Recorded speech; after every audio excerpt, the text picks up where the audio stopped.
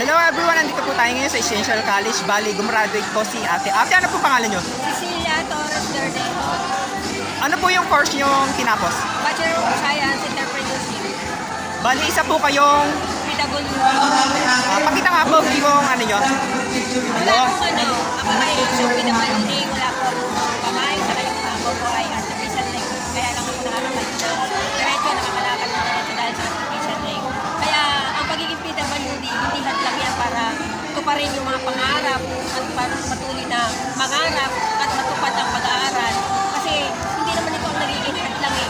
Kung may pangarap tayo sa buhay ng masenso at umunlad, ay andun yung determinasyon natin para magsikap at magsikap para sa ikakatagumpay ng ating buhay. Kaya hindi hadlang ang kapansanan. Kaya sa mga kapwa ko kapag may kapansanan, huwag po kayong titigil sa inyong mga pangarap. Ipagpatuloy niyo lang dahil tanging ang Panginoon lang ang makakatulong sa atin para sa ating mga pangarap at sa ating mga pamilya, may mga anak ng person with disability.